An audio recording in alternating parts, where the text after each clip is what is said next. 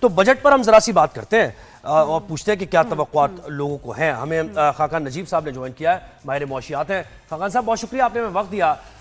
یہ کہیے گا بجٹ سے, کیونکہ دیکھیں سارے انڈیکیٹرز یہ ہمیں بتایا جا رہا ہے آفیشیلی کہ پازیٹیو آ رہے ہیں, مہنگائی بھی کم ہوئی ہے اور کرنٹ اکاؤنٹ خسارے سے متعلق بھی, اور اکانومی بھی اسٹیبل ہو رہی ہے, گروتھ بھی بڑھ رہی ہے ہماری. تو عام آدمی ریلیف ایکسپیکٹ کر رہا ہے, کیا ملے گا عام آدمی کو ریلیف؟ پاکستان میں اگر آپ پاکستان کی اکانومی کا جائزہ لیں تو وہ یہ ہے کہ پاکستان کی اکانومی میں آپ نے جیسے کہا ایک میکرو سٹیبلٹی ہے. اس کا مطلب یہ ہے کہ جو قیمتوں کے بڑھنے کی شرح ہے اس میں کمی آئی ہے, قیمتیں کم نہیں ہوئی ہیں. پچھلے دو سال سے 29 اور 24% قیمتیں بڑھی تھیں. پہلے مطلب 100 روپے کی چیز 129 کی ہوئی, اس کے اوپر 24% بڑھی. اس سال یہ شرح جو ہے 5-7% کے قریب رہ گئی ہے. سو جو صارف جا کے چیزیں خریدتے ہیں ان کے لیے یہ ایک ریلیف ہی سمجھیں کہ بہت زیادہ جو قیمتوں کا بڑھنا ہے وہ تھم گیا ہے, اور کافی زیادہ یہ ایکسپیکٹیشن سے زیادہ قیمتوں کے بڑھنے کی شرح میں کمی آئی ہے. جیسے آپ نے کہا ایک بیرونی خسارہ بھی سنبھل گیا ہے. تیسرا خسارہ ہوتا ہے جس کو کہتے ہیں مالیاتی خسارہ, جو آپ اسپینڈ کرتے ہیں اور جو گورنمنٹ کماتی ہے.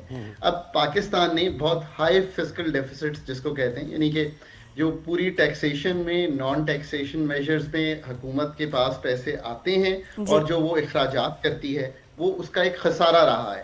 اب اگلے سال بجٹ میں ایک تو یہ کوشش ہوگی کہ یہ خسارہ کم ہو. عام آدمی کے لیے جو آئی تھنک ہونا چاہیے, جو انکمز پہ آپ کی فار ایگزامپل ایک ٹیکسیشن کا نظام ہے وہ آئی تھنک قدرے ہائی ہے, اور وہ بریکٹ ہائیسٹ جا کر 49% کے قریب چلا جاتا ہے. آئی تھنک اس کو کم کرنے کی ضرورت ہے. اور جو 50,000 روپے تک کی چھوٹ ہے, یعنی کہ ایک انسان جو 51,000 روپے کما رہا ہے اس پہ ہم ٹیکس لے رہے ہیں, اور جو 50,000 روپے کما رہا ہے اس پہ نہیں لے رہے. آئی تھنک کہ ایک اس کو ری تھنک کرنے کی ضرورت ہے. 50,000 کی آج وہ بکت نہیں ہے جو 2 سال یا 3 سال پہلے تھی. اس لمٹ کو, یعنی کہ جو ٹیکسیبل لمٹ ہے اس کو بڑھا کے 75, 80 یا 1 لاکھ بھی کر دیں تو تب بھی ٹھیک ہوگا. ٹیکس پہ تو سر اتنی چوریاں ہو رہی ہیں. اس دن چائنیز ریسٹورینٹ ایک گئے, یہ جو ہاٹ پاٹ وغیرہ وہاں ملتا ہے جی, اونلی کیش, کراچی کا اتنا بڑا ریسٹورینٹ, اور کہہ رہے ہیں کہ ہم صرف کیش لیتے ہیں, کیش ہمارے پاس نہیں. اور دیکھیں دوسری طرف یہ تو اوپنلی ریسٹورینٹس کر رہے ہیں کہ جی کیش میں ہم ڈیل کرتے ہیں صرف. یہ کیسے چل رہا ہے؟ جو فارملائزیشن آف اکانومی ہے, اور اتھارٹیز جو ہیں وہ ہر موقع پہ یہ کہتی ہیں کہ انہوں نے بہت زیادہ کام کیا ہے ڈیجیٹلائزیشن آف دی اکانومی کو. میں نے ہمیشہ یہ کہا ہے کہ جو پاکستان کا فیوچر ہے وہ ضرور ڈیجیٹلائزیشن پہ بیسڈ ہے, پر تھوڑا سا جو ٹیکس مورال ہے وہ بھی بڑھانا پڑے گا لوگوں کا. یعنی کہ لوگ خود بھی یہ مانے کہ ٹیکس دینا جو ہے وہ ایک عبادت کے برابر ہے. لیکن خاقان صاحب دیکھیں, اگر ہم لوگوں کی بات کرتے ہیں تو تھوڑا سا اس میں ہم تفریق کر دیں کہ ایک تو لوگ وہ ہیں نا کہ جو مطلب کہیں جاب کر رہے ہیں, مطلب عام بندہ, ہم عام بندے نہیں ہیں, عام بندہ, ہم عام آدمی کی بات کر رہے ہیں. تو عام آدمی پر تو ٹیکسز کی آلریڈی بھرمار ہے. آپ سمجھتے نہیں ہیں کہ انہیں تو تھوڑا ریلیف ملنا چاہیے. ہاں, بزنس کمیونٹی کو دیکھنا چاہیے اور دیگر سیکٹر کو, ایکسپورٹرز کو, امپورٹرز کو آپ دیکھیں, لیکن عام آدمی کو تو ریلیف ملنا چاہیے. چونکہ ایک انڈائریکٹ ٹیکسیشن کا جو نظام ہے وہ ملک میں ہمیں لاگو کرنا پڑتا ہے, اور اس کی جو وجوہات ہیں وہ یہی ہیں جو آپ نے ایکسپلین کی ہیں ابھی, کہ جو ڈائریکٹ ٹیکسیشن ہے وہ ہم نہیں کرتے. مثلا ریٹیلرز, ہول سیلرز, یا یہ جیسے ریسٹورینٹ اونرز ہیں, یہ سارے انفارمل اکانومی میں ہی چلانا چاہتے ہیں پاکستان کی اکانومی کو, اور جسے کہتے ہیں ڈاکیومنٹیشن نہیں کرنا چاہتے. ڈاکیومنٹیشن کرنا جو ہے وہ سرکار کا کام ہے, وہ سرکار کا ڈیزائن فریم ورک بنانا چاہیے. اور جو ہم اتنا ڈیجیٹلائزیشن اور ایک ادارہ بنایا ہم نے جس کا نام پرال ہے, پاکستان ریونیو آٹومیشن لمیٹڈ. سو جو ڈیٹا ہے جیسے اس ریسٹورینٹ کا فار ایگزامپل نادرا کا ڈیٹا, بینکوں کا ڈیٹا, یوٹیلیٹیز کا ڈیٹا, جب آپ یہ سب ڈیٹا لیں تو پھر ان کو ایک ایسا نوٹس آنا چاہیے جس سے یہ بات سامنے آئے کہ انفورسمنٹ کی رجیم جو ہے وہ ملک میں اس طرح نہیں ہے کہ ویک ہے, بلکہ ایسا کوئی کرے گا تو اس کو ایک ایگزامپل سیٹ کرنی چاہیے سرکار کو. آپ جیسے کہہ رہی ہیں یہ بات درست ہے, پر ساتھ ساتھ ہمیں یہ جو ریٹیل, ہول سیل اور ریئل اسٹیٹ لیول, یہ 3 لیولز ہیں جو فیڈرل گورنمنٹ کے پاس ہیں. کیپٹل گینز ٹیکس, جب ٹیکس کے نظام کو مساوی بنائیں گے, یعنی کہ ہاریزونٹل ایکوٹی, جو آپ ٹیکس دے رہی ہیں, جو نان سیلری ٹیکس دے رہا ہے پاکستان میں, اور مینوفیکچرنگ ٹیکس دے رہا ہے, جو ایگریکلچر انکم ٹیکس دے رہا ہے, اس کو مساوی بنانے کی ضرورت ہے. ابھی بہت ڈسٹورشنز ہیں ٹیکس سسٹم میں. ایگریکلچر انکم ٹیکس سے تو نفاذ ہی نہیں کیا. جی جی ریٹیل ہول سیل جیسے آپ نے ایکسپلین کیا, یہ ٹیکس نیٹ سے ڈاکٹر صاحب ایک اور چیز ہے, کچھ ہمارے ٹیکس لائرز ہوتے ہیں ایسے ٹیکس کے ریٹرنز بناتے ہیں کہ لگتا ہے حکومت نے آپ کو واپس کرنا ہے. اتنی چلاکیاں بھی بیچ میں ہوتی ہیں, اتنا کچھ ہوتا ہے, وہ نہیں ہونا چاہیے. کہ یہ بات آپ یہ میں اس پہ ان کی میں کہتی ہوں کہ دماغ پہ میں کہتی ہوں واہ واہ کہ کیسے وہ بنا دیتے ہیں چیزیں کہ حکومت نے آپ کو واپس کرنا ہے, آپ نے نہیں کچھ دینا.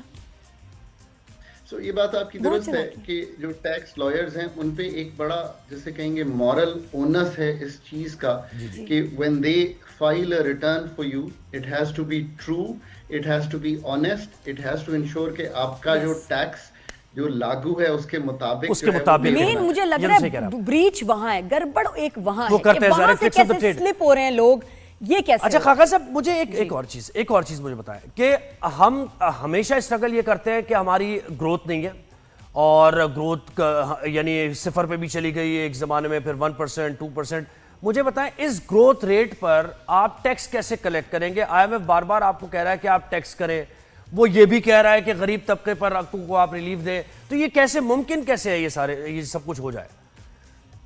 یہ بات آپ کی درست ہے. پاکستان کو گڈ فار گروتھ بنانا لازم و ملزوم سب سے زیادہ اس لیے ہے کہ گروتھ ہی ایک ایسا جسے آپ کہیں گے انسٹرومنٹ ہے جس کے تھرو آپ لوگوں کو پاورٹی سے اور لوگوں کی انکمز بڑھا کر پراسپیرٹی ملک میں انشور کر سکتے ہیں. اب گڈ فار گروتھ کرنے کی بہت سی چیزیں ہیں. ایک تو مساوی ٹیکس نظام جو ہے وہ ضروری ہے, پر اس سے بڑھ کے جو ملک کی اکانومی ہے اس کو پروڈکٹیو بنانا, یعنی کہ پیداواری صلاحیت کو بہتر کرنا, ایک کمپیٹیٹیو ایٹماسفیئر پیدا کرنا تاکہ دنیا سے بھی کمپیٹ کر سکیں اور اپنی پروڈکٹس کی جو کمپلیکسٹی ہے وہ بڑھا سکیں تاکہ دنیا کی گلوبل ویلیو چینز کا پارٹ بن سکیں. اگر آپ ایگریکلچر کی مثال دیں تو اس کی جو ہیلڈز ہیں وہ بہتر کر سکیں تاکہ آپ کے پاس ایسی پرائسنگ آئے کہ آپ دنیا کو ویٹ, رائس بھیج سکیں. سر سب سے پہلے تو انرجی کا مسئلہ ہے نا, دیکھیں کاسٹ آف ڈوئنگ بزنس تو تب سے انرجی ہماری اتنی مہنگی ہے, اس پہ ہم سبسیڈائز اس کو نہیں کرتے ہیں اپنے ایکسپورٹرز کو. ہم پانی کا مسئلہ بھی وہی ایگریکلچر میں, پھر پانی کی شارٹیج. تو یہ سر یہ اس کے بارے میں تھوڑی سی بات کیجئے نا, انرجی کرائسس سے کیسے ڈیل کریں گے؟ ہم کہتے ہیں سسٹم کو ریفارم کر رہے ہیں, ہم جو آئی پی پیز لگے ہوئے ہیں ان کے بارے میں بڑی پالیسی آ رہی, ہوا ہے کچھ ریفارم آپ دیکھتے ہیں؟